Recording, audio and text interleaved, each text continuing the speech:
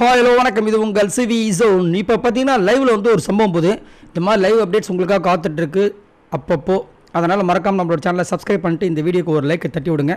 So லைவில் பார்த்தீங்கன்னா துஷார் வந்துட்டு சபரியை கூப்பிட்டு அந்த தலை ரூமில் கையை காமிக்கிறார். என்னடா அது தலை ரூமில் கையை காமிக்கிறாருன்னு பார்த்தா அங்கே வந்துட்டு ஃபஸ்ட் வீக் தலையை வந்துட்டு நம்ம துஷார் அந்த டைல்ஸ் ஒட்டியிருப்பாங்களே அதை காமிக்கிறார்.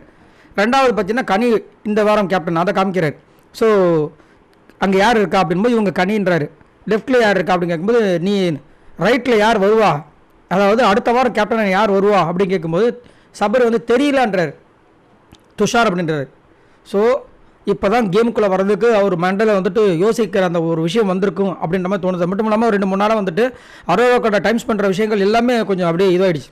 அது வந்து ஒரு பழமொழி ஒன்று இருக்குது, என்னென்னா ஆசை 60 நாள் மோகம் 30 நாள் சொல்லுவாங்க பார்த்தீங்களா, அந்த மாதிரி முடிஞ்சிச்சு போல இருக்குது அவங்களுக்கு அந்த விஷயங்கள். அவ்வளோதான். அதுக்கப்புறம் வந்து சரி நம்ம வந்து கேமை வந்து இது பண்ணலாம் அப்படின்னு நினச்சாங்களா, இல்லை நம்ம பேர் கெட்டு போயிடுச்சு, நம்ம இதுக்கப்புறமாவது நம்மளோட கேமை வந்து மாற்றணும் அப்படின்னு நினச்சி பண்ணுறாங்களான்னு தெரியல. இங்கே வந்து இந்த விஷயத்த சொல்லி அதுக்கு அடுத்த வாரம் நீங்கள் வருவீங்கன்னு சொல்லி சபரியும் வந்து இது பண்ணுறாரு.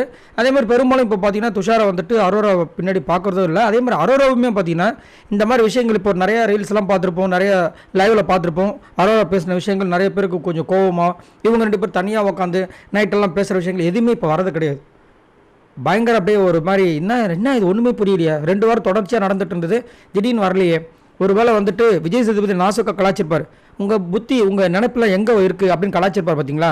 அந்த விஷயங்கள் வந்துட்டு இவங்க மண்டைக்குள்ளே ஓடி அவங்க வந்து இந்த மாதிரி முடிவு எடுத்திருப்பாங்களோ நம்ம தோணுது. பட் எது எப்படியோ கண்டிப்பாக வந்து இந்த வாரம் வந்து அரோரா இல்லை ஆதரைக்கு தான் வந்துட்டு வெளியில் போகிறதுக்கு வாய்ப்புகள் அதிகமாக இருக்குது. ஏன்னா அவங்களுக்கு ஓட்டே சுத்தமாக இல்லை.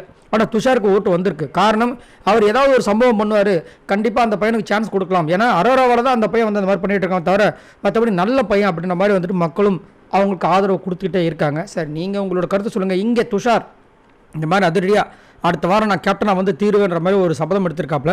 இதை பற்றி என்ன நினைக்கிறீங்க? அது மட்டும் இல்லாமல் துஷார் உண்மையிலே வந்துட்டு அரோரா அந்த காதல் வலையிலேருந்து அப்படியே வெளியே வந்து இப்போ வந்து அவரோட கேமுக்குள்ளே வந்துட்டார்னு நினைக்கிறீங்களா, இல்லை இது சும்மா பில்டப்புங்க, அதெல்லாம் ஒன்றும் கிடையாது, பாருங்கள் இனிமேல் என்ன ஆக போகுதுன்னு மறுபடியும் தொடரும் அப்படிமா நினைக்கிறீங்களா? மறக்காமல் கமெண்ட்ஸ் பண்ணுங்கள்.